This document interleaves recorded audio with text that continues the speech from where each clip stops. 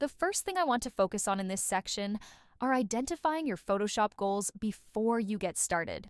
There are so many wonderful uses of Photoshop, from retouching to compositing to everyday photo editing graphic design applications.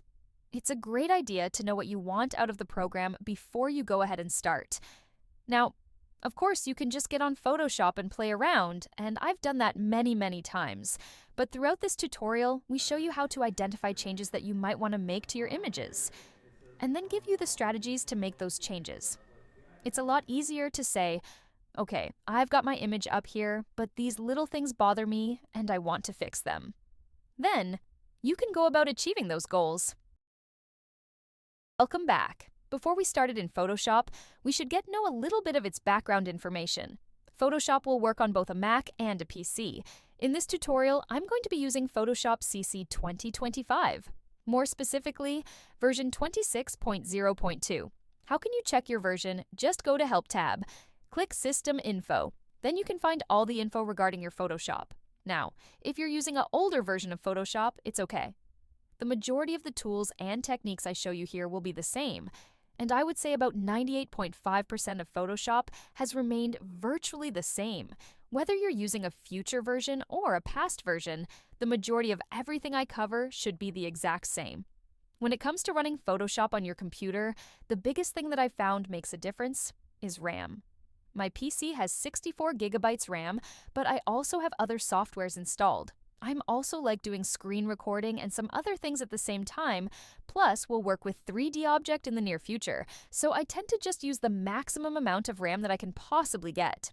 But if you're using 8 or 16, you should be just fine. Just keep in mind that more RAMs with a decent graphic card will make your Photoshop run smooth. Now, let's go ahead and talk about some peripheral objects now. Whatever computer you use, a keyboard and a mouse are the must-have tool, and that's pretty standard as well. You can also use a trackpad if you're on a laptop, but my preferred way of navigating through Photoshop is through a tablet. Tablet comes with a stylus that functions like a mouse, allowing you to move the cursor on your screen by gliding the pen over the tablet. Pressing the pen to the tablet surface acts as a click, similar to using a mouse or trackpad. What sets the tablet apart is its pressure sensitivity. By applying more or less pressure, you are adding a level of control that's impossible with a traditional mouse or trackpad. You can achieve different effects. For example, when using the brush tool in Photoshop, pressing harder creates a thicker stroke, while lighter pressure results in a thinner line. This feature is particularly useful for tasks like drawing grass or hair, or creating effects that require varying line weights seamlessly. One technique that I'm going to be teaching you throughout my tutorial is working non-destructively in Photoshop. The easy way to understand this technique is that we're never editing on the original image or the image itself. We'll always keep adding layers on top of the image. After you save your file, come back to it later on, you should still be able to get back to your original image. And that is non-destructive editing. Another recommendation is to have Photoshop autosave turned on. That way, if your computer dies or Photoshop crashes, your files will be saved. In order to get to your autosave options, open up Photoshop, click Edit tab, down at bottom click Preferences, and go to File Handling. From top to bottom, start looking for Append File extension. On its right side, you can see an option says Automatically Save Recover Information.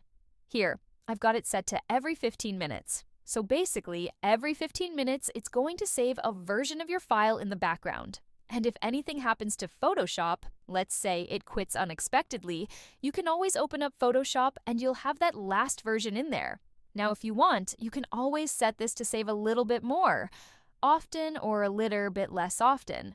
But do keep in mind that every time it does a save, it will save in the background. It's going to take up some of your computer resources.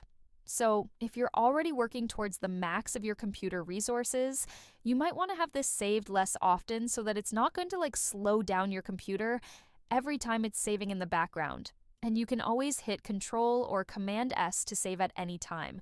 So after making a big change, or I find when I'm working with a complicated tool, let's say like the Liquify tool, which requires a lot of computer resources, I'll save right before one of those tools so it won't crash.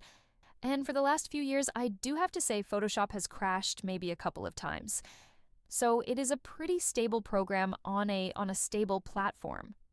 It is not something that I really worry about, but it's nice to know that the program will save your files, because the last thing you want is to be working on an image for hours and hours, have something happen to your image, and then you've completely lost it. So click on that autosave and then saved often just to make sure that your files are safe, even if something happens to either computer or the program.